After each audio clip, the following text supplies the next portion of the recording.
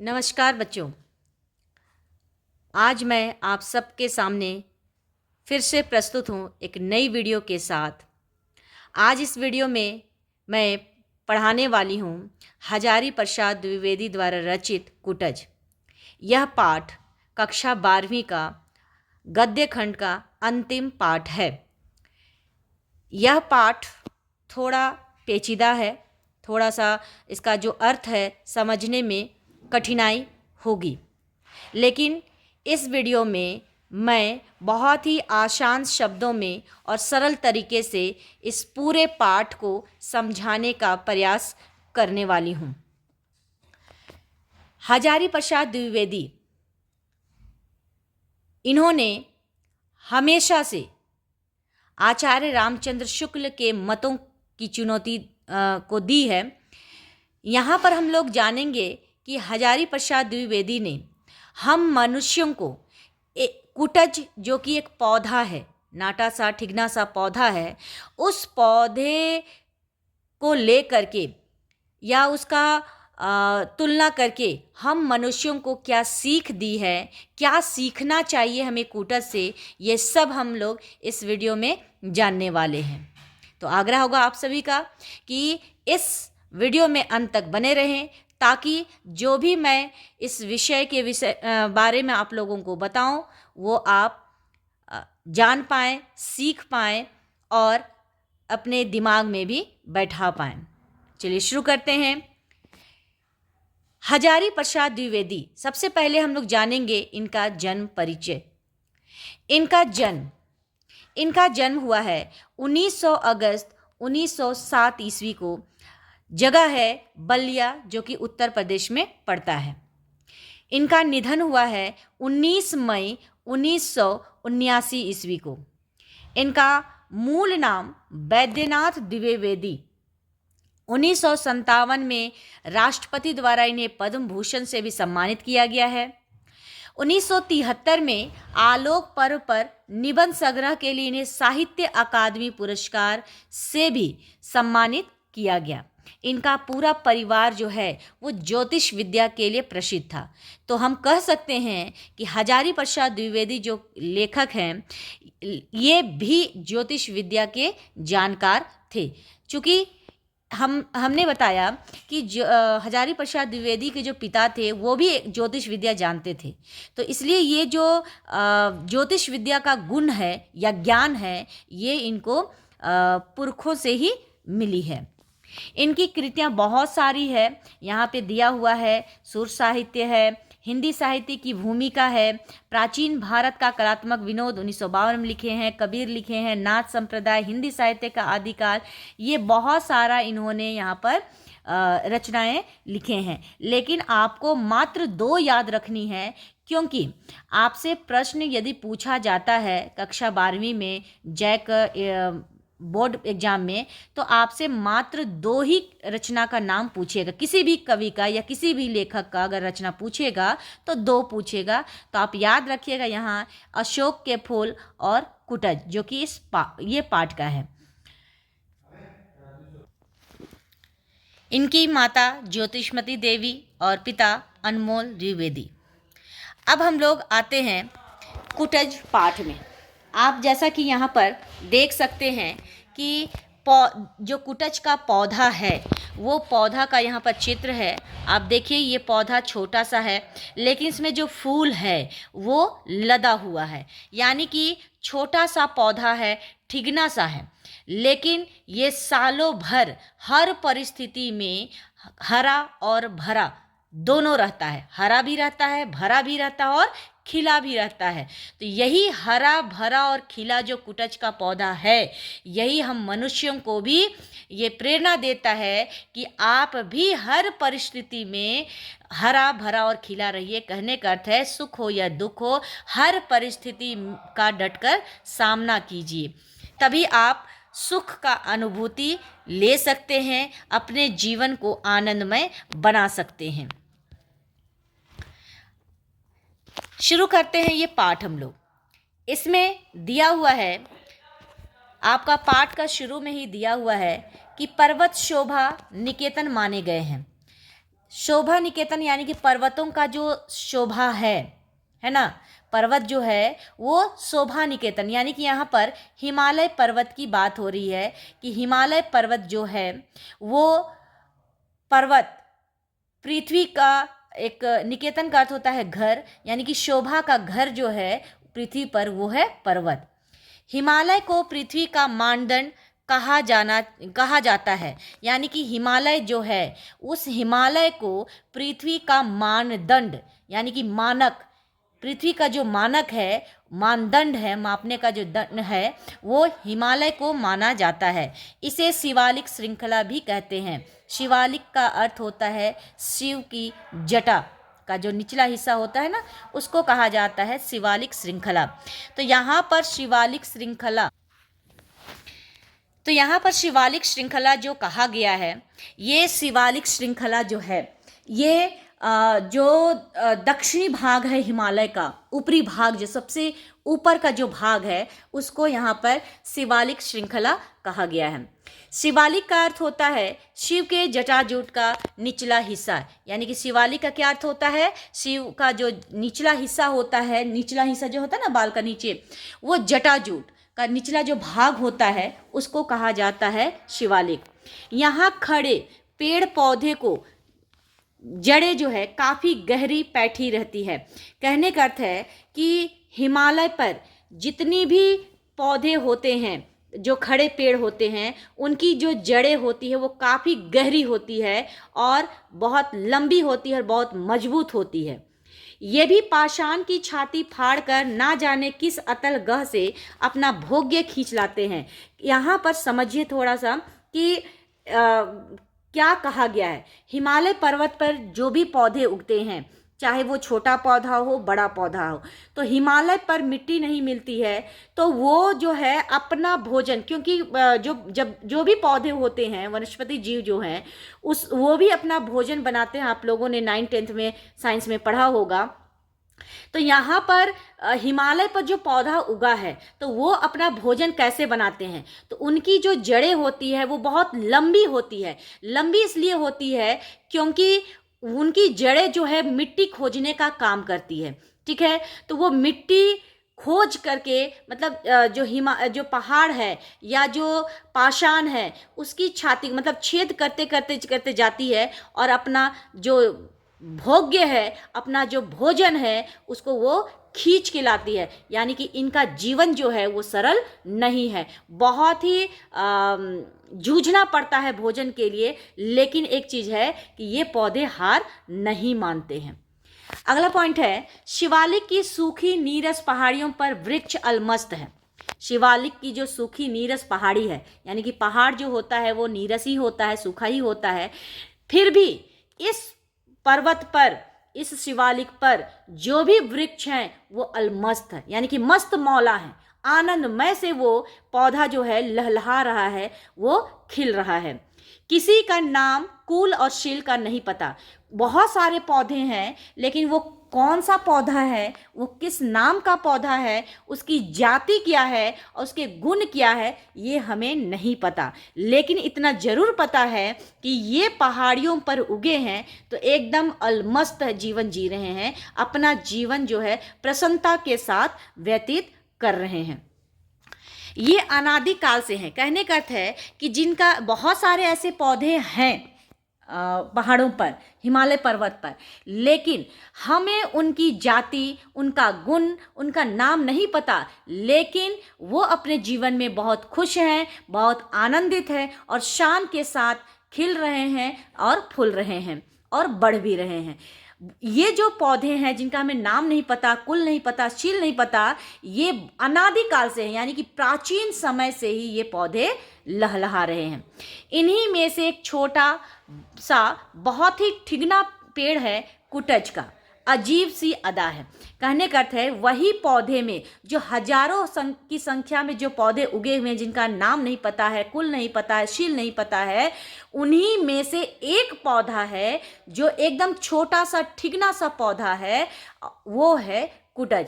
ये कुटज का पौधा जो है, इसकी जो अदा है वो एकदम अनोखी है, निराली है। अगला पॉइंट है, मुस्कुराता सा जान पड़ता है, लेखक को उसका नाम याद नहीं आता। तो लेखक शुरू में जब इस पौधे को देखते हैं तो ये पौधा तो पहचान लेते हैं, लेकिन इस पौधा का नाम उन्हें याद नहीं आता है कि इस पौधे का क्या नाम है। छोटा सा ठिगना सा सफ़ेद फूल का ये पौधा है, लेकिन लेखक हजारी प्रसाद द्विवेदी को उसका नाम याद नहीं आता है। वो सोचते हैं, जो लेखक है वो सोचते हैं कि नाम में क्या रखा है, कोई बात नहीं, नाम नहीं जानते हैं तो कोई बात नहीं, नाम में क्या रखा है, नाम की ज़रूरत ही क्या है। 100 नाम दिए जा सकते हैं, ठीक है, हम उसका नाम हमें याद नहीं आ रहा है या हम उसका नाम नहीं जान रहे हैं तो 100 नाम दे सकते हैं, कुछ भी नाम दे सकते हैं, अकुतुबह दे सकते हैं या कुछ भी नाम हम दे सकते हैं। नाम में क्या रखा है, लेकिन मन जो है लेखक का वो नहीं मानता है। ठीक है, इसलिए कहते हैं कि नाम इसलिए बड़ा नहीं है कि वह नाम है। कहने का अर्थ है कि भले ही वो पौधा को हम पहचान लिए हैं, भले ही उसका नाम हमें याद नहीं आ रहा है ना, लेकिन नाम इसलिए बड़ा नहीं है कि हम जान नहीं रहे हैं या उसका नाम है। नाम इसलिए बड़ा है क्योंकि नाम को सामाजिक स्वीकृति मिली होती है। नाम उस पद को कहते हैं जिस पर समाज की मुहर लगी होती है। तो हर चीज के लिए नाम इंपॉर्टेंट होता है, महत्वपूर्ण होता है, इसलिए नहीं कि उसका नाम है, इसलिए क्योंकि समाज में उसको स्वीकृति मिली है। कहने का अर्थ यहाँ पर यह है कि मान लीजिए कोई बच्चे का जन्म होता है किसी भी क्षेत्र में कहीं भी, तो जब वो बच्चा जन्म लेता है तो तुरंत उस बच्चे का नाम रखा जाता है। क्यों? क्योंकि उसी नाम से ही समाज के लोग जानेंगे। परिवार में कुछ भी कह दीजिए चलेगा, लेकिन समाज उसमें मोहर लगाता है नाम से ही। तो नाम इसलिए बड़ा है क्योंकि उसको समाज के द्वारा मान्यता मिली है, यानी कि समाज का मोहर लगा हुआ है, इसीलिए नाम बहुत ही जरूरी है। आगे, कुटज को गाढ़े का साथी कहा गया है क्योंकि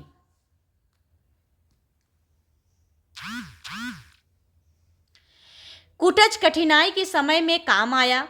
कालिदास जब रामगिरी पहुंचे तब उन्होंने इसी कुटज का आश्रय देकर मेघ की अभ्यर्थना की थी। उस समय उन्हें कोई और फूल नहीं मिला, तब कुटज ने उन्हें उनके संतृप्त चित्त को सहारा दिया था। अब यहाँ पर एक नाम आया है,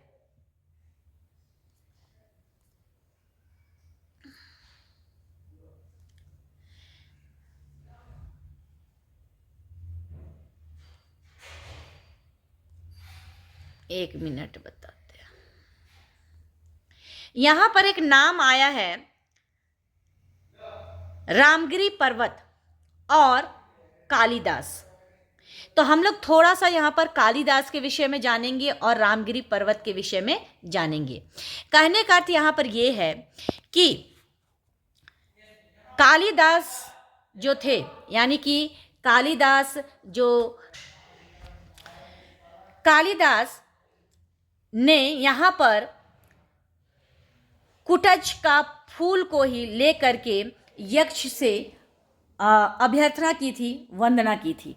कहने का अर्थ यहाँ पर यह है कि थोड़ा सा हम लोग इसकी कहानी को समझेंगे। कालिदास से जुड़ा हुआ है, रामगिरी पर्वत से जुड़ा हुआ है, इसलिए कालिदास द्वारा रचित जो रचना है वो है मेघदूतम। कालिदास द्वारा रचित जो रचना है मेघदूतम। इस मेघदूतम में होता क्या है, रचना के विषय में बता रहे हैं, कालिदास का लिखा हुआ रचित रचना। मेघदूतम में कालिदास जो नायक है ना, कालिदास जो है वो अलकापुरी में रहते हैं। अलकापुरी में जो कुबेर की पुत्री है ना, धन कुबेर के जो राजा थे, धन कुबेर जी, वो वहाँ के राजा थे। अब यहाँ पर इस रचना में कालिदास जो है वो यक्षसी से प्रेम करते हैं। जब ये बात यक्ष को पता चलता है तो यक्ष क्या करते हैं, दंड स्वरूप कालिदास को वहाँ से निष्कासित कर देते हैं, राज्य से क्या करते हैं, निष्कासित कर देते हैं। तो ये जो है रामगिरी पहुँचे थे, यानी कि रामगिरी पर्वत जो है वहाँ पर पहुँचे थे और वहीं पर वो अपना जीवन यापन कर रहे थे। लेकिन जब आषाढ़ का महीना शुरू होता है तो कालिदास को अपनी प्रियतमा यानी यक्षसी नायिका की बहुत याद आती है। वो विरह में बहुत जलने लगते हैं विरह वेदना सताती है उन्हें, तो वो रहा नहीं जाता है। तो इसलिए वो एक उपाय सोचते हैं अपनी प्रेमिका तक अपना विरह संदेश को पहुंचाने का, क्योंकि वो वहाँ जा नहीं सकते हैं। और जा नहीं सकते हैं इस कारण से क्योंकि निष्कासित कर दिया गया है वहाँ से उनको। तो इसीलिए ये क्या करते हैं, उस पर्वत पर कुटज का ही फूल को ले करके, है ना, कुटज के पौधे से ही पुष्प को तोड़ते हैं और उस पुष्प को ले करके वो मंदिर में प्रवेश करते हैं और बादल को दूत बनाते हैं, है ना। बादल को क्या करते हैं, दूत बना करके उनसे प्रार्थना करते हैं कि हे बादल, हे मेघदूत, तुम हमारी प्रियतमा के पास जाकर बरसो ताकि उन्हें हमारा जो विरह वेदना है वो प्रेम उस तक पहुंच जाए। तो यहाँ कहने का अर्थ यहाँ पर यह है कि कालिदास को जिस समय सबसे ज़्यादा पुष्प की जरूरत थी, क्योंकि हिंदू सनातन धर्म में आप कभी भी किसी भी भगवान को पुकारते हैं या प्रार्थना करते हैं, वंदना करते हैं, तो आप कोई ना कोई पुष्प हाथ में लेकर ही करते हैं, उसको चढ़ाते हैं, कोई वर मांगते हैं। तो यहाँ पर भी कालिदास वर मांग रहे हैं, मेघदूत से प्रार्थना कर रहे हैं, मेघ को दूत बना रहे हैं। तो वहाँ पर अब पहाड़ में कौन सा फूल मिलेगा, तो इसलिए वहाँ बरसात का दिन था, तो यहाँ पर उनको कुटज का जो फूल है वही उनको साथी नज़र आता है, वही पुष्प को वो हाथ में ले करके अभ्यर्थना करते हैं, प्रार्थना करते हैं। तो इसीलिए यहाँ पर हजारी प्रसाद द्विवेदी ने कहा है कि कुटज को गाढ़े का साथी कहा गया है, यानी कि मुसीबत का साथी जो है वो कुटज को कहा गया है, क्योंकि कठिनाई समय में कुटज का फूल जो है वो कालिदास के काम आया था। उस समय कालिदास को कोई फूल नहीं मिला था और इसी कुटज के फूल से उनके मन को शांति मिली थी, वो उनकी जो प्रार्थना है वो पूर्ण हुई थी। लेकिन दुनिया है कि आगे हम लोग देखेंगे कि लेकिन दुनिया है कि मतलब से मतलब है, रस चूस लेती है, छिलका और गुठली फेंक देती है। अब यहाँ पर थोड़ा सा जो लेखक है वो मनुष्य के लोगों के विषय में बता रहे हैं कि दुनिया जो है आजकल मतलबी हो गई है, यानी कि जिस समय आपको काम जिससे रहेगा उस समय बहुत मीठा मीठा बोल करके काम निकलवा लीजिएगा। जब आपका काम हो जाएगा, आप कौन हो, आपको मैं नहीं पहचानती या आपको मैं नहीं जानती, आपसे मैं कभी नहीं मिली हूँ, इस तरह का सोच हम लोग रखते हैं। तो वही सोच को यहाँ पर लेखक कह रहे हैं कि जो पूरी दुनिया है वो पूरी दुनिया मतलबी से है, यानी कि मतलब है तो लोगों से मतलब रहेगा, आपका मतलब खत्म हो गया तो उससे आपका मतलब भी खत्म हो जाएगा। इसीलिए कहा गया है रस चूस लेती, यानी कि काम निकलवा लेती है, उसके बाद जो छिलका है, गुठली है, उसको हम लोग क्या करते हैं, फेंक देते हैं, उसका कोई मोल नहीं होता है, कोई मतलब नहीं होता है। यहाँ पर रहीम का एक दोहा है, वे रहीम अब विरह कह जिन पर छाह गंभीर, बागन बीच बीच देखिए सेहुड़ कुटज शरीर। अब यहाँ पर रहीम के दोहे से हजारी प्रसाद द्विवेदी जी कहते हैं कि रहीम अब कह रहे हैं कि इस पूरे संसार में ऐसा पेड़ ही अब कहाँ है जो छाह देता हो। बाग के बीच बीच में हम देखते हैं तो केवल कंटीले वृक्ष होते हैं, है ना। कहने का अर्थ ये है कि दुनिया में अब लोग के अंदर सहनशील या सहानुभूति या इंसानियत का भाव नहीं है। अब उनके अंदर ईर्ष्या, द्वेष, अवहेलना करना, अवमानना करना, किसी को अपमानित करना, बस यही सब हमारे दिमाग में रह गया है। आगे देखिए, कुटज का क्या अर्थ है। कुटज अर्थात जो कुट से पैदा हुआ हो। कुट घड़े को भी कहते हैं और घर को भी कहते हैं। तो यहाँ पर कुटज का सही मायने पर क्या अर्थ है, आखिर उस पौधे का कुटज नाम क्यों रखा गया, वो यहाँ पर बताया गया है। ठीक है, कुटज का अर्थ होता है जो कुट से पैदा हुआ हो, कुट से पैदा हुआ। कुट का अर्थ होता है घड़ा। ठीक है, कुट से पैदा हुआ और कुट का अर्थ क्या होता है, घर, घड़ा। और घर को भी कहते हैं, यानी कि कुट का दो अर्थ निकलता है, एक घड़ा और दूसरा घर। कुट अर्थात घड़े से उत्पन्न होने के कारण अगस्त्य मुनि भी कुटज कहे जाते हैं। यहाँ पर लेखक ने कहा है कि घड़े से जो उत्पन्न हुए हैं उसको कुटज कहते हैं, यानी कि अगस्त्य मुनि को भी कुटज कहते हैं। क्यों? क्योंकि ऐसा माना जाता है, ऐसा कहा जाता है कि अगस्त्य मुनि जो थे वो घड़े से पैदा हुए थे। एक जरा गलत ढंग से दासी कुटनी कही जाती है। अगर गलत ढंग की दासी होती है, जैसे आप रामायण में मंथरा को ले लीजिए, वो दासी तो थी लेकिन गलत ढंग की दासी थी। वो केवल कैकेयी को भड़काने का काम करती थी, तो वो उसको हम लोग क्या कहेंगे? कुटनी कहेंगे। और रामायण में, पूरे रामायण में अगर हम पूछे कि पूरे रामायण में कुटनी कौन है, तो सभी बताएंगे क्या? मंथरा है। तो ऐसे ही जीवन में भी है ना, पूरे संसार में ऐसा नहीं है कि केवल रामायण में कुटनी थी, नहीं, पूरे देश में आप घूम लीजिए, पूरे संसार में आप घूम लीजिए, आपको कोई ना कोई कुटनी मिल ही जाएगी। तो जो गलत ढंग की दासी होती है उसको क्या कहा जाता है? कुटनी। जो इधर की बात उधर, उधर की बात इधर, केवल लड़ाने का काम है, उसको हम क्या कहते हैं? कुटनी। तो थोड़ा सा केवल मात्रा इधर उधर हो जाने से हिंदी में अर्थ में कितना परिवर्तन हो जाता है।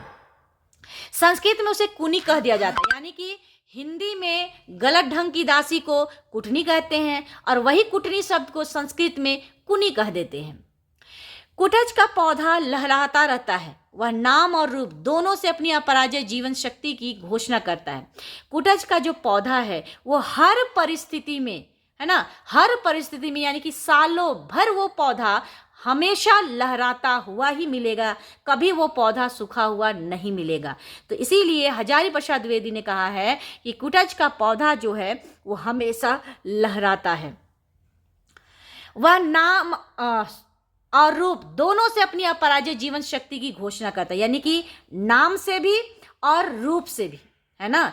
कहा जाता है कि कुटज का जो पुष्प होता है उसमें बहुत सौंदर्य नहीं होता है, बहुत गंध नहीं होता है, लेकिन वो जो पुष्प है वो हमेशा सालों भर, हमेशा कहें, वो खिला हुआ ही रहता है। तो यहाँ पर हजारी प्रसाद द्विवेदी लेखक कहते हैं कि कुटज का जो नाम है और उसका जो सौंदर्य रूप है पौधे का, वो दोनों जो है अपराजय जीवन शक्ति, यानी कि कभी हार नहीं मानने वाली शक्ति की घोषणा हमेशा करते रहता है।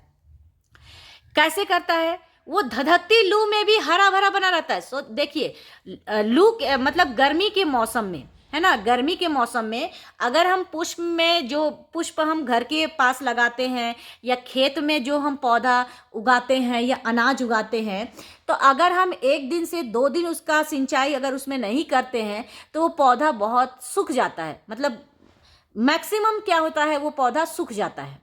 घर में भी हम डेली पानी सिंचाई कर रहे हैं, फिर भी वो पौधा जो है उसका निचला हिस्सा जल ही जाता है, सूख ही जाता है। लेकिन यहाँ पर इतना भयानक लू है, इतनी भयानक गर्मी है हिमालय की तराइयों पर, फिर भी ये पौधा हरा भरा दोनों बना रहता है, यानी कि कोई उसको सिंचाई नहीं करता है, वो खुद से सिंचाई का जो सामान है, पानी है, उसकी जड़ें जो है वो खोद करके पहाड़ का ले आती है। तो कहने का अर्थ है कि धधकती गर्मी हो या बरसात हो या ठंड हो, हर परिस्थिति में ये कुटज जो है वो हमेशा हरा भरा बना रहता है। इनके हरा भरा में कभी कोई कमी नहीं होती है। आगे है, वह कठोर पत्थर के बीच रुके अज्ञात जल स्रोत से बरबस रस खींचकर सरस बना रहता है। कहने का अर्थ है कि धधकती लू में, गर्मी में पानी खोजना बहुत ही मुश्किल है ना। तो इस धधकती लू में भी इनकी जो जड़ें है, ये जड़ें पत्थर को छेद करके और जल को जबरदस्ती, है ना, जबरदस्ती जल को खींच करके लाती है और हमेशा सरस बना रहती है, साधारण बना रहती है, सरल बना रहती है। वह सुने गिरी कांतर में भी मस्त बना रहता है। सुने गिरी कांतर कहने का अर्थ है कि पहाड़ जो है वो सुना ही रहता है ना। तो उस सुने पर्वत में भी ये क्या रहता है? मस्त रहता है, आनंदित के साथ अपना जीवन जीता है, मस्त मौला जीवन जीता है, अलमस्त जीवन जी रहा होता है।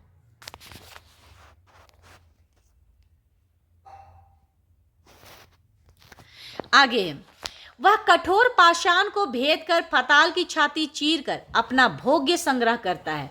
कहने का अर्थ है कि ऐसे ही वो सरस नहीं बना हुआ है, ऐसे ही वो धधकती लू में वो हरा भरा नहीं बना हुआ, क्योंकि अच्छे अच्छे जो पौधे होते हैं ना, वो भी गर्मी के दिनों में सूख जाते हैं। हम डेली सिंचाई करते हैं फूलों पर, फिर भी वो पौधा जो पौधा होता है फूल का, वो भी क्या हो जाता है, सूखने की कगार पर आ जाता है।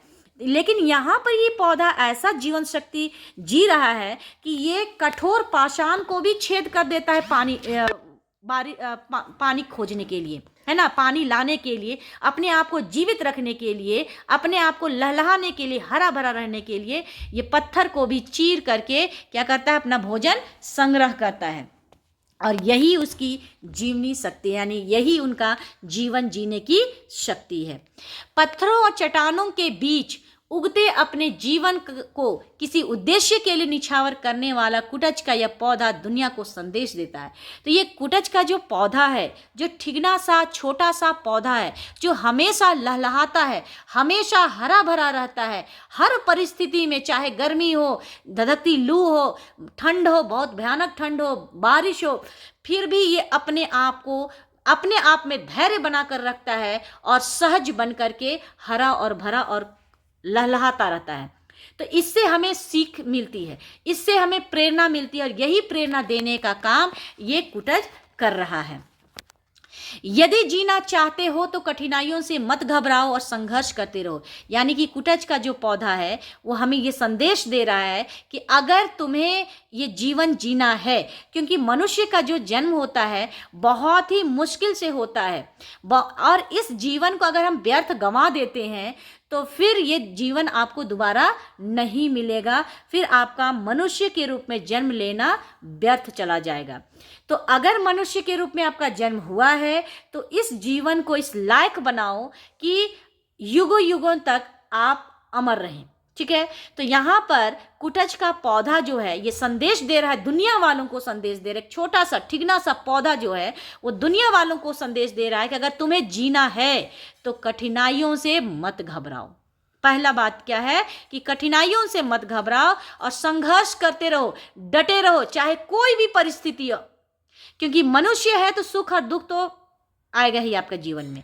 तो सुख हो, दुख हो, चाहे कोई भी परिस्थिति आपके जीवन में हो, तो मत घबराओ और उससे डटकर सामना करो, संघर्ष करते रहो। विषम परिस्थितियों में जीना सीखो। जिस तरह से कुटज का पौधा धधकती लू में भी जीता है, कहीं कहाँ जहां तहां से वो पत्थर को छेद करके उसको जबरदस्ती पानी को खींच कर लाता है, उसी तरह से हमें भी विषम परिस्थितियों में जीना सीखना चाहिए। आत्मसम्मान के साथ जैसे तैसे जीवन नहीं जीना है। कैसे जीना? आत्मसम्मान के साथ जीना है, शान के साथ जीना है। जहां से भी संभव हो अपना भोग्य प्राप्त करो, यानी कि जहां से भी आपको शान से जीना हो या आत्मसम्मान के साथ जीना हो या संघर्ष करना हो, जैसे हो सके वैसे आप अपने जीवन को सफल बनाइए। तो इसके लिए आपको कठिन परिश्रम करनी होगी, कड़ी मेहनत करनी होगी, और अपनी परिस्थिति से तो बिल्कुल भी घबराना नहीं चाहिए। उसी का एक दोहा यहाँ पर दिया हुआ है, भीतवा पाषाण पीठरम छित्वा प्रावजन्य व्यथाम पीतवा पाताल पानीयम कुजट चुंबते नभा। कहने का अर्थ है कि कठोर पाषाण को भेद कर पाताल की छाती चीर कर अपना भोग्य संग्रह करना चाहिए, और यही उनकी जीवन शक्ति है। जिस प्रकार से कुटज का जो पौधा है वो पाताल की छाती को चीर करके अपना भोजन संग्रह करता है और शान के साथ लहलहाता है। अगला पॉइंट है, कुटज के जीवन से हमें यह सीख मिलती है कि हर हाल में जियो। जो भी परिस्थिति आपके सामने सहस्र स्वीकार करो, प्रेम से स्वीकार करो, है ना। कोई भी परिस्थिति हो, चाहे सुख की परिस्थिति हो चाहे दुख की परिस्थिति हो, सुख है उसको भी एक्सेप्ट करना सीखिए, दुख है उसको भी एक्सेप्ट करना सीखिए। और सुख है तो बहुत ज़्यादा खुशी नहीं होनी चाहिए, और दुख है तो बहुत ज़्यादा दुखी नहीं होना चाहिए। यानी कि जो भी आपके जीवन में मिलती है उसको हर हाल में जीना और मस्ती के साथ जीना चाहिए। आत्मसम्मान के साथ आत्मसम्मान अपना बनाए रखना है। परोपकार के लिए जीना, यानी कि दूसरे के उपकार के लिए जीना है। किसी की चापलूसी नहीं करनी है, किसी की निंदा नहीं करनी है, किसी का बुराई नहीं करना है, किसी की चुगली नहीं करना है, किसी के तलवे नहीं चाटना है। अपना काम, अपना स्वार्थ के लिए हम क्या करते हैं, दूसरे की चुगली करते हैं, निंदा करते हैं, चापलूसी करते हैं। तो ये सभी हमें अपने जीवन में कभी नहीं करना चाहिए, क्योंकि कुटज का जो पौधा है वो हमें यही सिखाता है कि जियो तो शान के साथ जियो, आत्मसम्मान के साथ जियो, परोपकार के लिए जियो। हमें जीवन में किसी भी कीमत पर हार नहीं माननी है। बहुत बड़ी चीज यहाँ पर कुटज का पौधा हमें सिखाता है कि हमें जीवन में किसी भी कीमत में हार नहीं माननी है। कुटज स्वार्थ के दायरे से बित बाहर है, यानी कि कुटज का जो पौधा है वो स्वार्थ से बिल्कुल बाहर है, इसीलिए वो हर परिस्थिति में मस्त मौला जीवन व्यतीत कर रहा है। तो उसी प्रकार से हमें भी स्वार्थ के दायरे से बाहर आना चाहिए। हमें भी स्वार्थी बिल्कुल भी नहीं होने चाहिए, हमें स्वार्थी बिल्कुल भी होना नहीं चाहिए। आगे है, लेखक ने एक स्थान पर प्रश्न किया है कि कुटज क्या केवल जी रहा है, जैसे तैसे केवल जी रहा है, सालों भर लहला रहा है, तो चलो जीना है तो हम जी रहे हैं, क्या यही कुटज कर रहा है, क्या केवल जीने का काम कर रहा है? ये प्रश्न लेखक जो है वो उठा रहे हैं। हजारी प्रसाद द्विवेदी ने ये प्रश्न उठाया, क्या केवल कुटज जी रहा है? कहते हैं कि नहीं, वो कुटज केवल जी नहीं रहा है, बल्कि शान के साथ और दूसरों को प्रेरणा देने का काम कर रहा है। कैसे? देखिए, लेखक ने मानवीय कमजोरियों पर टिप्पणी की है, यानी कि व्यंग किया है। मानव की जो कमजोरियां हैं, हम मनुष्यों की जो कमजोरी है उस पर टिप्पणी किया है। क्या टिप्पणी किया है? हम मनुष्यों की क्या कमजोरी है वो यहाँ पर बताया गया है। पहला क्या कमजोरी है? मानो जरा भी मुसीबत आने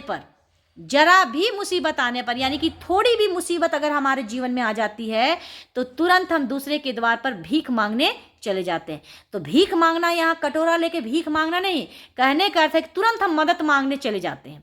थोड़ी सी परेशानी आपके जीवन में आई नहीं कि हम दूसरे का दरवाजा खटखटाने लगते हैं। ये पहली कमजोरी है। दूसरा कमजोरी क्या है?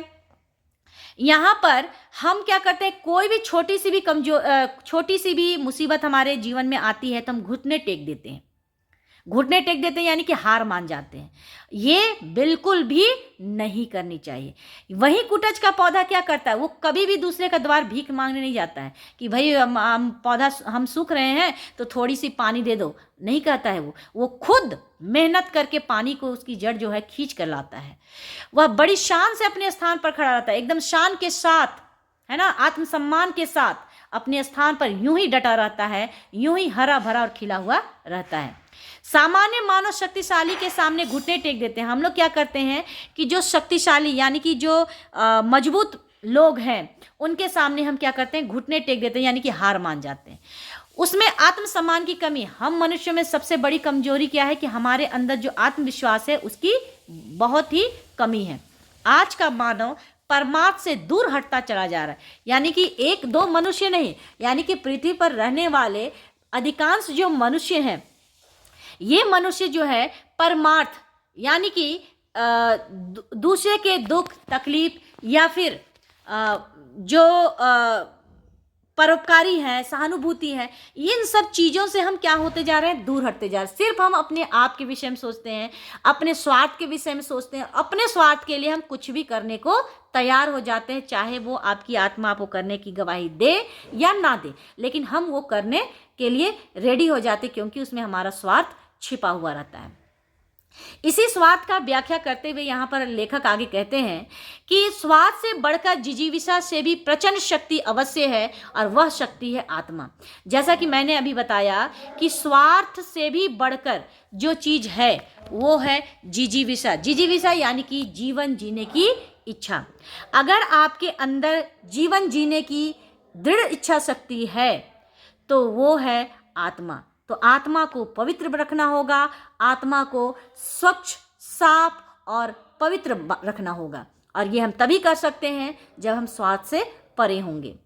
आत्मा परमात्मा का अंश है। सभी जानते हैं कि आत्मा जो है अजर है, अमर है, ये कभी नाश होने वाला नहीं है और आत्मा को हम ईश्वर का ही एक अंश मानते हैं और वह सभी में व्याप्त है और ये आत्मा सभी मनुष्यों के, सभी प्राणियों के अंदर ये मौजूद होता है, व्याप्त होता है।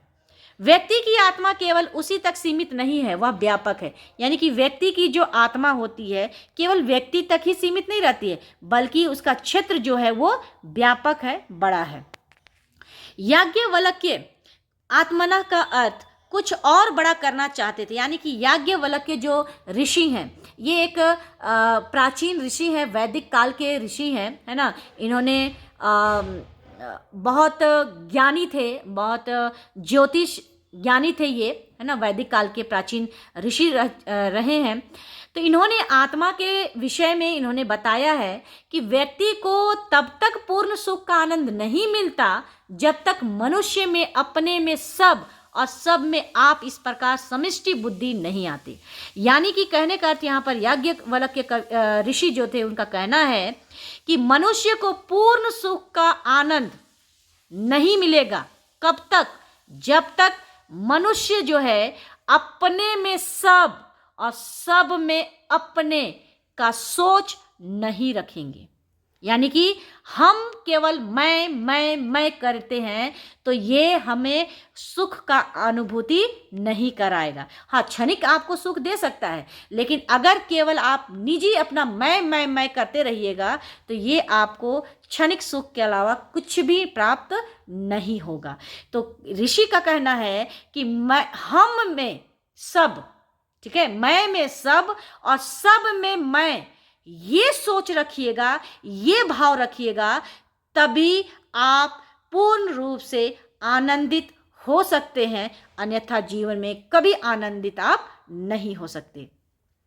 अपने आप को दलित द्राक्षा की भांति निचोड़कर जब तक सर्व के लिए निछावर नहीं कर दिया जाता तब तक स्वार्थ खंड सत्य है, वह मोह को बढ़ावा देता है। कहने का अर्थ है कि जब तक हम अपने आप को पूरी तरह से निचोड़ कर, है ना, पूरी तरह से अंगूर का जो रस होता है ना, कैसे हम निचोड़ देते हैं, उसी तरह से जब तक हम उसको पूरी तरह से निचोड़ करके हम अपने आप को सभी के लिए निछावर नहीं हो जाते। यानी कि अहम को त्यागना होगा और मैं को त्यागना होगा, स्वार्थ को त्यागना होगा, और तभी हम सभी में निछावर जब हो जाएंगे तभी हम स्वार्थ को खत्म कर पाएंगे। अगर ऐसा नहीं कर पाए तो वो स्वार्थ जो है वो कभी खत्म होने वाला नहीं है। वो समय के साथ क्षण भर में, पल पल वो आपके मोह को क्या करता रहेगा, बढ़ाता रहेगा, बढ़ाता रहेगा, और मोह में आप पूरी तरह से जकड़ लिए जाओगे। ठीक है, तो मोह आपके शरीर को, आपकी आत्मा को पूरी तरह से आपको अपने वश में कर लेगा। और जो व्यक्ति स्वार्थ को नहीं छोड़ता है, जिस व्यक्ति की आत्मा को, जिस व्यक्ति के शरीर को, मन को अगर स्वार्थ, मोह जकड़ लिया, वो व्यक्ति जो है दयनीय कृपण बन जाता है। रुपया पैसा भले रहे लेकिन वो एकदम गरीब है, एकदम गरीब है। वह तो स्वार्थ भी नहीं समझ पाता, परमार्थ तो दूर की बात है। वो व्यक्ति जो मोह में जकड़ा हुआ है ना, स्वार्थ में जकड़ा हुआ है, वो व्यक्ति स्वार्थ को ही नहीं समझ पा रहा है तो परमार्थ को क्या समझेगा, ईश्वर को क्या समझेगा, पवित्र आत्मा को क्या समझेगा। लेखक हजारी प्रसाद द्विवेदी ने प्रश्न किया है कि कुटज केवल जी रहा है, तो यही प्रश्न का उत्तर उन्होंने दिया है कि कुटज केवल जी नहीं रहा है बल्कि शान के साथ जी रहा है। और हमें भी उसी तरह से स्वार्थ से परे परमार्थ के विषय में सोचना चाहिए, परमार्थ को समझना चाहिए। आगे कहते हैं कि दूसरे के द्वार पर भीख मांगने नहीं जाता, कोई निकट आ गया तो भय के मारे अधमरा नहीं हो जाता, नीति और धर्म का उद्देश्य नहीं देता फिरता, अपनी उन्नति के लिए अफसरों का जूता नहीं चाटता फिरता, दूसरों को अवमानित करने के लिए ग्रहों की खुशामद नहीं करता, आत्मोन्नति है तो नीलम नहीं धारण करता, अंगूठियों की लड़ी नहीं पहनता, दांत नहीं निपोड़ता, बगले नहीं झांकता, जीता है और शान से जीता है। काहे वास्ते, किस उद्देश्य से, कोई नहीं जानता, मगर कुछ बड़ी बात है, और वो बड़ी बात है कि कुटज स्वार्थ से परे है। स्वार्थ कुटज जो है वो स्वार्थ के दायरे से बाहर है, इसीलिए वो किसी के आगे भीख नहीं मांगता, वो अपनी नीति धर्म को नहीं छोड़ता, अपनी उन्नति के लिए किसी अफसर का जूता नहीं चाटता, दूसरों को अपमानित नहीं करता, वो अंगूठियों की लड़ी नहीं पहनता, अपने ग्रह को अपने वश में करने के लिए यहाँ पर रंग बिरंग का मोतियों का अंगूठी नहीं पहनता।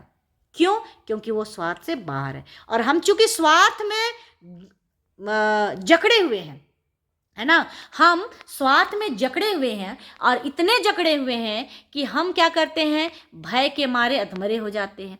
नीति क्या है, धर्म क्या है, इस उद्देश्य को नहीं जानते। अपनी उन्नति के लिए हम अफसरों का जूता भी चाटते हैं, यानी कि अफसर अगर गलत कह रहे तो हम भी हाँ में हाँ मिला देते हैं। दूसरों को समय समय पर क्या करते हैं, उनको अपमानित करते हैं, दूसरों को खुशामद करते हैं। अपनी उन्नति के लिए क्या करते हैं, नील अंगूठियां पहनते हैं। हाँ, हमको नौकरी लग जाएगी तो अंगूठी पहन लिए। कोई बाबा कह दिया कि हाँ आपकी नौकरी लगेगी, ये हो जाएगा वो हो जाएगा, तो ये अंगूठी पहनिए, वो करिए तो ऐसे हो जाएगा वैसे हो जाए। तो हम स्वार्थ में इतने अंधे हो जाते हैं कि जो जो वो कहते हैं हम वो कर लेते हैं। क्यों? क्योंकि हम स्वार्थ में जकड़े हैं। ठीक है, लेकिन कुटज इन सब से अलग है। क्यों अलग है? क्योंकि वो स्वार्थ के जो दायरा है ना, स्वार्थ का जो दायरा है उस दायरे से क्या है, बाहर है। मान लीजिए ये स्वार्थ है, तो ये स्वार्थ के बाहर ये यहाँ पर कुटज क्या कर रहा है, घूम रहा है, इसीलिए वो इस तरह का कार्य नहीं करता है। आगे समझाया गया है, भीष्म पितामह की भांति अवधूत की भाषा में कह रहा है, चाहे सुख हो या दुख, प्रिय हो या प्रिय, जो मिल जाए उसे शान के साथ हृदय से बिल्कुल अपराजित होकर सोल्लास ग्रहण करो। यहाँ पर कृष्ण ने अर्जुन को समझाया था, गीता में उपदेश दिया था कि सुखम वा यदि वा दुखम, प्रियवा यदि वा प्रियम, प्राप्तम प्राप्त मुपासित हृदयना पराजिता। कहते हैं कि सुख हो या दुख, प्रिय हो अप्रिय, उनको सहस्र स्वीकार करो।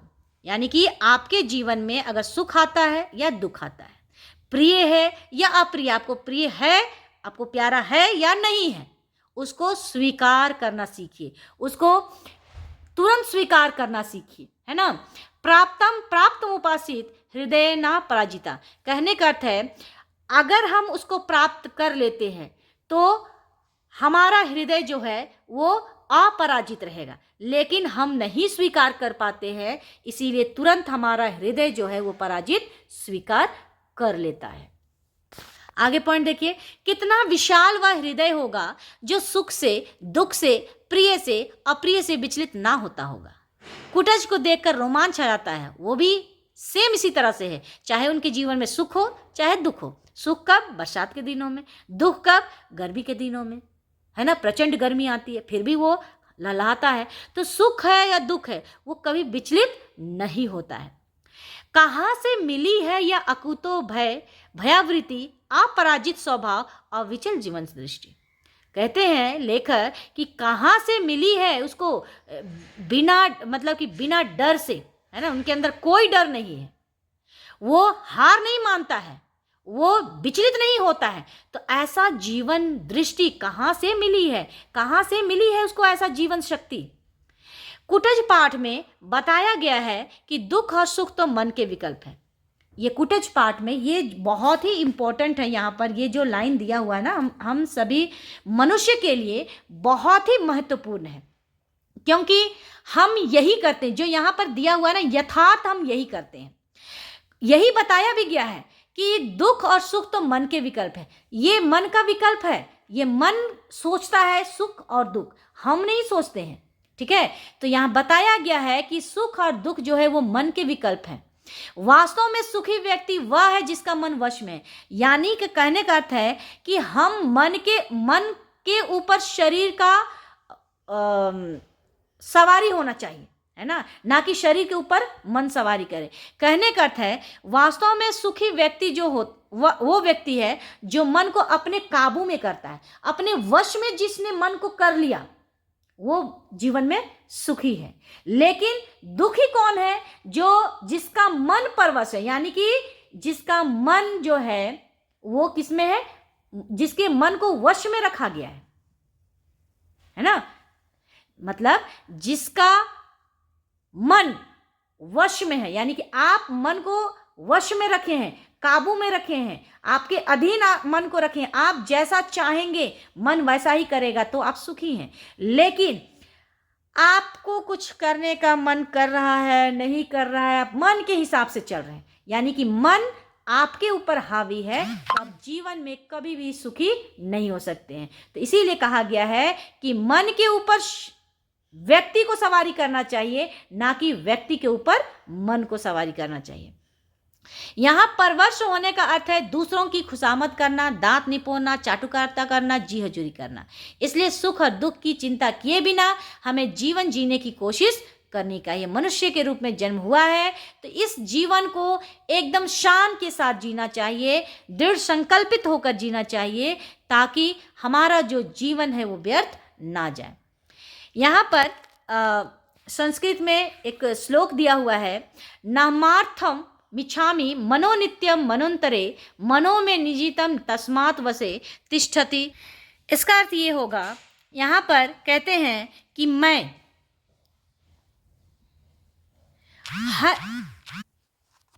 यहाँ कहते हैं कि मैं स्वार्थ के लिए अपने मन को किसी दूसरे के मन में नहीं घुसाता हूँ, इसीलिए मैं मन को अपने वश में रख सका हूँ हमेशा के लिए। तो ये है पाठ। अब आगे हम लोग देखते हैं प्रश्न उत्तर। कुटज को गाढ़े का साथी क्यों कहा गया है? क्वेश्चन आंसर से पहले, प्रश्न उत्तर से पहले मैं ये बताना चाहती हूँ कि ये पाठ जो है बहुत ही इम्पोर्टेंट, महत्वपूर्ण पाठ है। यहाँ से प्रश्न हमेशा पूछता है, तो इसलिए यहाँ पर इस पाठ को बहुत ही अच्छे से पढ़ेंगे ध्यान से। और इसमें जो पाठ है, ये पाठ जो है ये कुटज का पाठ जो है ये निबंध शैली में लिखा गया है, ये याद रखिएगा 1964 ईस्वी में। ठीक है, अब आते हैं प्रश्न उत्तर। कुटज को गाढ़े का साथी क्यों कहा गया है? तो कुटज को गाढ़े का साथी क्यों कहा गया है? क्योंकि मुसीबत के समय काम आया था। किन क्या? कालिदास का, है ना। कालिदास के काम आया था जब रामगिरी पर्वत पर यक्ष को बादल के अनुरोध करने भेजा था, है ना। उस समय वहाँ पर उनको कोई पुष्प नहीं मिला था सिवाय कुटज के, इसीलिए यहाँ पर कुटज को गाढ़े का साथी कहा गया है। नाम क्यों बड़ा है? लेखक के विचार में अपने शब्दों में लिखिए। लेखक का जो विचार उसको अपने शब्द में लिखना है। क्यों नाम बड़ा है? क्योंकि नाम को सामाजिक मुहर मिली है ना। क्योंकि नाम से ही मनुष्य की पहचान है। यदि हमें किसी के रूप, आकार आदि का वर्णन किया जाएगा तो नाम नहीं होने का हम उसे बलि प्रकाश नहीं पहचान पाएंगे। नाम के उसके रूप के साथ साथ नाम का भी होना बहुत ही जरूरी है, और सबसे ज़्यादा जरूरी तो इसलिए क्योंकि उसको समाज के द्वारा स्वीकृति मिली है। अगला प्रश्न, कुटज और कुटनी शब्दों का विश्लेषण कर उनमें आपसी संबंध स्थापित कीजिए। कुटज और कुटनी का अर्थ बताया गया है। कुट का अर्थ होता है घर या घड़े से उत्पन्न, और यहाँ पर कुटनी का अर्थ होता है कि जो गलत ढंग की जो दासी होती है उसको कहा जाता है कुटनी, है ना। गलत ढंग की जो दासी है उसको क्या कहा जाता है? कुटनी कहा जाता है। तो कुट का अर्थ होता है, इस प्रकार से कुटज शब्द का उन्होंने अर्थ बताया कि घड़े से जो उत्पन्न होता है इसको कहा जाता है कुटज, जैसे कि अगस्त्य मुनि। ठीक है, अगला प्रश्न, कुटज किस प्रकार अपनी अपराजय जीवन शक्ति की घोषणा करता है? ये हम बार बार इसको हम बता चुके हैं कि किस प्रकार से वो अपराजय जीवन शक्ति की घोषणा कर रहा है ना। कुटज ऐसे वातावरण में जीवित खड़ा है जहां पर उसको कुटज का रहना और उसके साथ फलना फूलना उसकी अपराजय जीवन शक्ति की घोषणा करता है। वह पहाड़ों की चट्टानों के मध्य स्वयं को खड़ा रखता है और उसमें व्याप्त जल स्रोतों में स्वयं के लिए जल ढूंढ निकालता है। ऐसे एकाकी स्थानों में भी वह विजयी खड़ा है। वह इतनी विकट परिस्थितियां हैं उनके सामने जिसमें साधारण पौधे तथा पेड़ का जीवित रहना संभव नहीं है। उसकी यह जीवन शक्ति जो उसे अपराजय बना देती है, अर्थात जीवन के प्रति उसकी ललक उसे कभी ना हार मानने वाला बना देती है। वह खराब मौसम की मार, पानी की कमी में भी अपने लिए राह बनाता है और हमें जीने की प्रेरणा देता है। अगला प्रश्न, कुटज हम सभी को क्या उपदेश देता है? टिप्पणी कीजिए। ये इंपॉर्टेंट क्वेश्चन है, ये भी इंपॉर्टेंट है और आपका ये भी महत्वपूर्ण प्रश्न है। तो क्या उपदेश देता है? कुटज हम सभी को उपदेश देता है कि विकट परिस्थितियों में हिम्मत नहीं हारनी, यानी कि किसी भी परिस्थिति में हमें हार नहीं माननी है।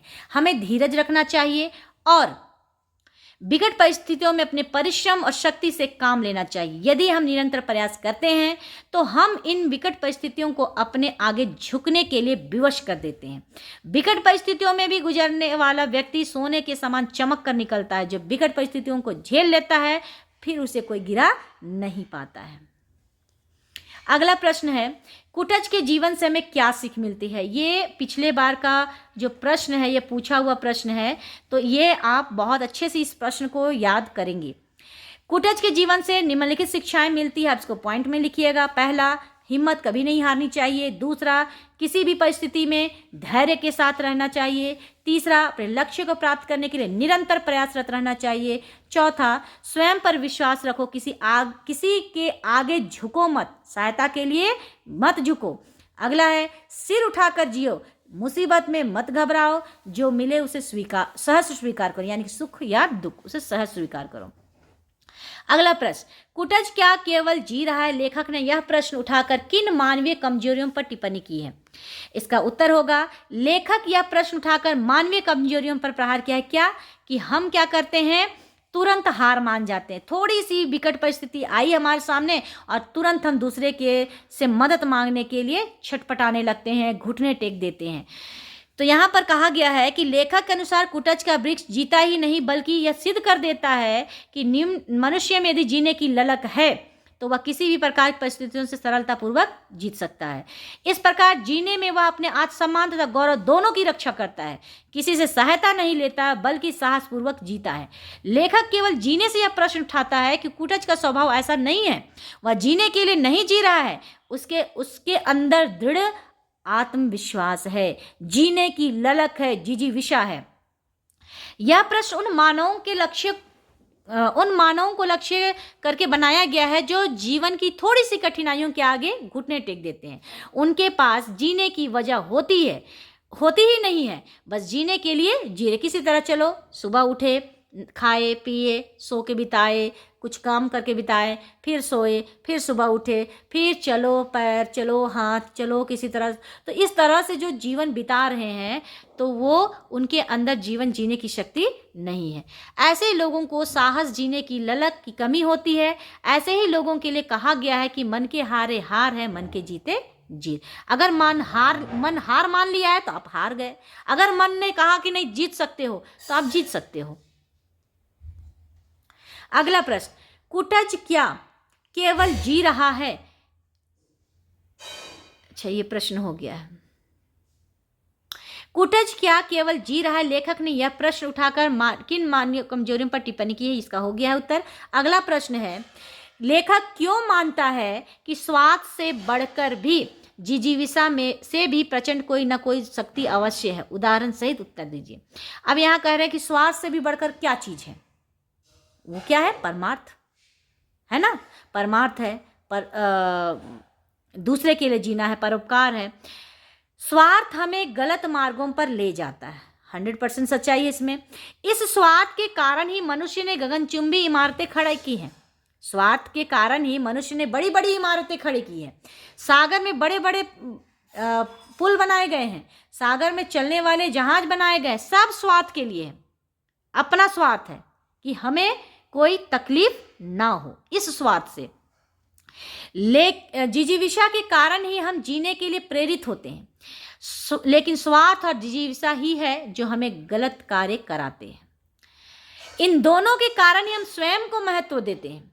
हम भूल जाते हैं कि हम क्या कर रहे हैं। हम स्वार्थ में इतने अंधे हो जाते हैं कि हम भूल जाते हैं कि हम क्या कार्य कर रहे हैं, कौन सा कार्य गलत है, कौन सा कार्य करने से पुण्य मिलेगा, ये हम भूल जाते हैं। लेखक इन दोनों से अलग शक्ति को स्वीकार करता है। उसके अनुसार सर्व वह शक्ति है जो सबसे बड़ी है। जब मनुष्य इस सर्व शक्ति को स्वीकार करता है, यानी कि सर्व शक्ति, मैं में हम और हम में मैं, ये जब, जैसे कि मैं में सब और सब में मैं, ये जब भाव रखते हैं तो वही व्यक्ति जो है सर्वशक्तिमान है। तो वह मानव जाति ही नहीं बल्कि इस पृथ्वी में विद्यमान सभी जातियों का कल्याण करता है। उसमें अहंकार, लोभ, लालच, स्वार्थ, क्रोध इत्यादि भावनाओं का नाश हो जाता है। जो उभर कर आता है वह महान कहलाता है। इतिहास में इसके अनेक उदाहरण भरे पड़े हैं, जैसे गौतम बुद्ध, गुरु नानक, अशोक, महात्मा गांधी, ऐसे बहुत सारे, सुभाष चंद्र बोस, बहुत सारे ऐसे नेता हैं, बहुत से ऐसे लोग हैं जिन्होंने अपना को त्याग करके सर्व को आगे किया है। अगला प्रश्न है, कुटज पाठ के आधार पर सिद्ध कीजिए कि सुख और दुख तो मन के विकल्प हैं। तो यहाँ पर देखिए कहा गया है कि सुख और दुख मन के विकल्प है, पाठ के आधार पर बताना है। और ये बहुत सच्चाई है इसमें। क्यों? क्योंकि हमारा मन जो चाहता है हम वही करते हैं। मन सोचता है कि हाँ तो हाँ, ना तो ना। तो यही इसीलिए मन के हारे हार है, मन के जीते जीत। हम जैसे चाहेंगे अगर वैसा ही अगर मन से करवाएंगे तो वो सफल होंगे, लेकिन अगर मन जैसे चाहेगा वैसे हम करेंगे तो फिर सफल नहीं हो पाएंगे। आंसर होगा इसका, दुख और सुख सच में मन के विकल्प हैं। लेखक के अनुसार जिस व्यक्ति का मन उसके वश में है वह सुखी कहलाता है, कारण कोई उसे उसकी इच्छा के बिना कष्ट नहीं दे सकता। वह अपने मन अनुसार चलता है और जीवन जीता है। दुखी वह है जो दूसरों के कहने पर चलता है या जिसका मन स्वयं के वश में ना होकर अन्य के वश में। वह उसकी इच्छा अनुसार व्यवहार करता है, उसे खुश करने के लिए सारे कार्य करता है, चापलूसी करेगा, चाटुकारिता करेगा। वह दूसरे के समान बनना चाहता है, अतः दूसरे के हाथ की कठपुतली बन जाता है। अतः दुख और सुख जो है मन के विकल्प ही हैं। जिसने मन को जीत लिया वह उस पर शासन करता है, नहीं तो दूसरे उस पर शासन करते हैं। अगला प्रश्न है, कभी कभी जो लोग ऊपर से बेहया दिखते हैं उसकी जड़ें काफ़ी गहरी बैठी होती है। ये भी पाषाण की छाती फाड़ कर ना जाने किस तरह गह्वर से अपना भोग्य खींच लाते हैं। सब प्रसंग व्याख्या करना है, इसमें प्रसंग में बताना है कि इसमें क्या कहा गया है। तो ये जो कुटज पाठ से है, इसके लेखक जो है हजारी प्रसाद द्विवेदी है, यह निबंध शैली में है। इसमें कहा गया है कि जो स्वभाव से बेशर्म होते हैं लेकिन ये बेशर्मी उसकी विकट परिस्थितियों से लड़ने का परिणाम होता है। लेखक इन पंक्तियों के माध्यम से कुटज तथा ऐसे लोगों के बारे में बात करता है जो बेहया दिखाई देते हैं। लेखक कहता है, कुटज ऐसे वातावरण में सिर उठाकर खड़ा है जहां अच्छे अच्छे धराशायी हो जाते हैं, यानी कि गिर जाते हैं। वह पहाड़ों की चट्टानों पर खड़े रहने के स्वभाव को बेहया का उदाहरण ही क्यों न मान ले। यह स्वभाव उसकी विकट परिस्थितियों से लड़ने का परिणाम है, अतः वह उनके स्वभाव में दिखता है। ऐसे ही कुछ लोग होते हैं जीवन में विकट परिस्थितियों से गुजरते हैं और डटकर खड़े रहते हैं। उनके इस स्वभाव को लोग बेहया होने का प्रमाण मानते हैं। भले ही प्रमाण मान लीजिए, हमको बेहया कह लीजिए, लेकिन हम मन के सच्चे हैं। उनका यही स्वभाव उसकी रक्षा करता है, उन्हें मजबूती से खड़े रहने में सहायता करता है। ऐसे लोग अपना रास्ता स्वयं बनाते हैं।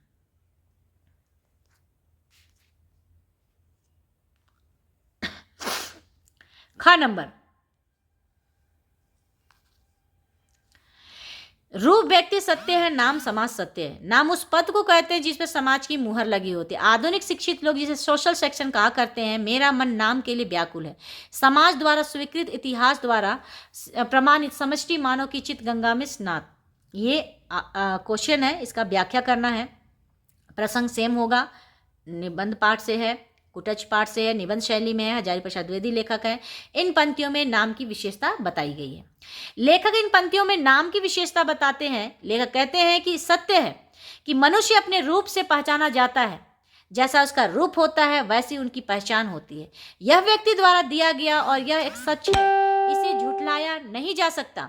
ऐसे ही नाम है, नाम समाज में हमारी पहचान होती है, इससे ही हमें जाना जाता है, समाज द्वारा इसे स्वीकृति मिली होती है। आधुनिक भाषा में इसे सोशल सेक्शन कहते हैं। इसका अर्थ ये है कि आपका नाम समाज द्वारा स्वीकार कर लिया जाता है। लेखक कहते हैं कि मेरा मन नाम का ढूंढने के लिए परेशान हो रहा है, अर्थात इसे समाज द्वारा कब स्वीकारा गया, इसे इतिहास के माध्यम से कैसे साबित किया गया होगा कि लोगों के हृदय में जगह पा गया। कहने का अर्थ है कि किसी भी व्यक्ति के रूप के साथ साथ नाम का भी होना अति आवश्यक है। रूप से ज़्यादा महत्वपूर्ण है नाम। नाम इसलिए अपने आप में महत्वपूर्ण है क्योंकि इसको समाज के द्वारा स्वीकार मिली है ना, समाज इसको स्वीकारा है, इसीलिए। अगला है, हृदय ना पराजिता, कितना विशाल वह हृदय होगा जो सुख से, दुख से, प्रिय से, अप्रिय से विचलित ना होता होगा। कुटज को देखकर रोमांच हो जाता है। कहाँ से मिलती है या कुतुभया वृत्ति, अपराजित स्वभाव, अविचल जीवन दृष्टि। ये बहुत अच्छे से मैंने समझाया है आपको, पाठ में ही चैप्टर में समझा दिया था। इसमें कुटज की विशेषता बताते हुए लेखक कहते हैं कि कैसा हृदय है कुटज का कि कभी पराजय होता ही नहीं है ना, कभी पराजय नहीं होता है, यानी कि हार कभी नहीं, हमेशा जीत जीत जीत। वह सुख हो, दुख हो, प्रिय हो, अप्रिय हो, हर स्थिति में वो उनका समान भाव रहता है। जिस प्रकार से मैं यहाँ पर उदाहरण बताना चाहूँगी, रामचरितमानस में आपने श्री राम को अगर पढ़ा होगा या आपने सीरियल में देखा होगा, रामचरितमानस देखे होंगे, तो उसमें जब श्री राम को राजगद्दी मिलनी थी, राजा दशरथ के द्वारा जब राम को बताया गया था कि अगली सुबह आपको सुबह में तुम्हारा राज्याभिषेक होगा, तो राम की जो स्थिति थी, श्री राम की जो मन स्थिति थी, उनका जो शारीरिक हाव भाव था, वो उसी तरह से था जिस तरह से कुछ ही पल में जब दशरथ के द्वारा बताया गया कि तुम्हें 14 वर्ष के लिए वनवास जाना होगा, तब भी उनका जो मुख भंगिमा थी वो उसी प्रकार से थी। कहने का अर्थ है, जब जीवन के उनकी खुशी जब उनके सामने आई, जीवन का एक क्या बोलेंगे, सबसे बड़ी खुशी, उनके जीवन की सबसे बड़ी खुशी जो थी, जब राजा दशरथ को राजा बनाने वाले थे, ये खुशी जब उनके सामने साझा करते हैं, उनको बताते हैं, तो उस समय भी श्री राम वैसे ही सामान्य खड़े थे, सामान्य स्थिति में थे, है ना। उसमें जैसे उस समय बहुत खुशी से उछल नहीं पड़े थे, जैसे थे वैसे ही थे, ठीक है। हम लोग क्या करते हैं मनुष्य कि थोड़ी सी खुशी नहीं मिलती है कि हम उछल पड़ते हैं और उसकी भावनाओं में बह जाते हैं, और दुख आता है तो फिर सिर पटक के रोने लगते हैं। लेकिन श्री राम से हमें ये सीख लेनी चाहिए कि जब उनको राजतिलक के विषय में राजा दशरथ ने बताया, तब भी उनकी स्थिति वही थी। जब उनको 14 वर्ष के लिए वनवास भेजा जा रहा था, ये सुनाया गया, बताया गया, तब भी उनकी मुख भंगिमा उसी तरह से थी। तो सुख हो, दुख हो, हमें हर स्थिति में समान भाव रखना चाहिए, अर्थात इसका इन पर कोई प्रभाव नहीं पड़ता है। उनका हृदय यदि इस गुण से व्याप्त है तो वह बहुत ही विशाल, वह दृढ़ होकर खड़ा रहता है। ऐसे उसे कुटज को देखकर लगता है, उसे देखते ही वह रोमांच भाव से भर जाता है। वह विकट परिस्थितियों में भी सिर उठाकर खड़ा है। उसकी स्थिति देखकर पता चलता है कि वह प्रसन्न है, या उसके हरे भरे रूप को देखकर ज्ञात हो जाता है। लेखक को उसके निडर, कभी ना हारने वाले स्वभाव तथा अविचल स्वभाव से झलकता है, या विशाल जीवन दृष्टि लिए हुए है जो उसे कभी हारने नहीं देता, यानी कि कभी हार नहीं मानता।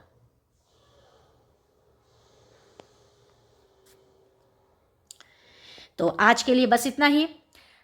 आप सभी छात्रों से, जो भी इस वीडियो को देख रहे होंगे, जहाँ से भी देख रहे होंगे, मुझे कमेंट के माध्यम से आप बताइएगा कि आप किस क्षेत्र से हैं।